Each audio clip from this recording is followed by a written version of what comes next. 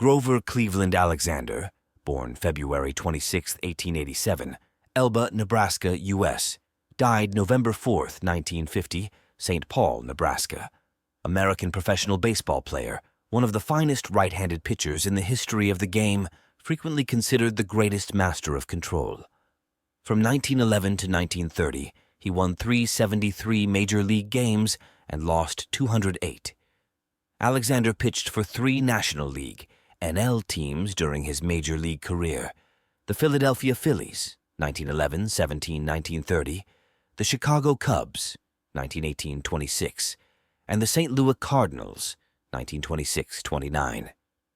Alexander grew up on a farm, where his daily labors helped him develop the strength and endurance that were to become hallmarks of his pitching. He defied his father's wishes that he study law and instead took a job as a telephone lineman so he could play baseball on the weekends. In 1909, Alexander began playing semi-professionally, and his stellar pitching drew the attention of the Phillies, who brought him to the major leagues in 1911. In his first season, Alexander won a league-leading 28 games. In his first 7 seasons, the workhorse pitcher led the NL in innings pitched 6 times and in complete games 5 times. In 1915, he won the first of 3 career pitching Triple Crowns.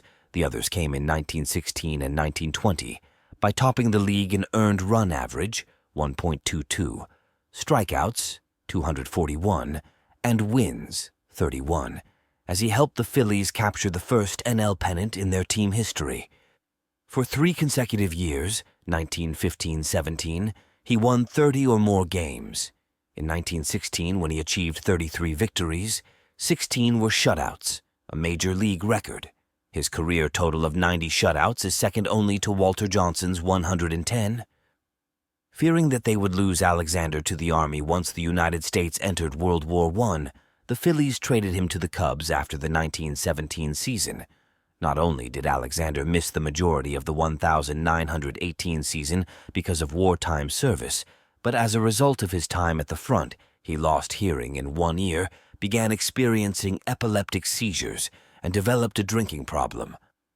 Barring his standout Triple Crown winning 1920 season, Alexander's post-war pitching was of a decidedly lower quality. Cubs management grew weary of his alcoholism over the years and traded him to their rivals in St. Louis early in the 1926 season. However, the most dramatic performance of Alexander's career came in the 1926 World Series. In the 7th and deciding game, he came in as a relief pitcher in the 7th inning, with the Cardinals leading the New York Yankees 3-2 and with the bases loaded. With 2 out, he struck out future Hall of Famer Tony Lazzari. He then pitched scoreless 8th and 9th innings to clinch the title for the Cardinals. Alexander spent 3 more seasons with the Cardinals and 1 with the Phillies before he was released in 1930. He then played for the House of David team, a team fielded by a communal Christian religious sect, until 1935. Alexander's alcoholism worsened after he left the sport, and he spent his last years in reduced circumstances. He was elected to the Baseball Hall of Fame in 1938.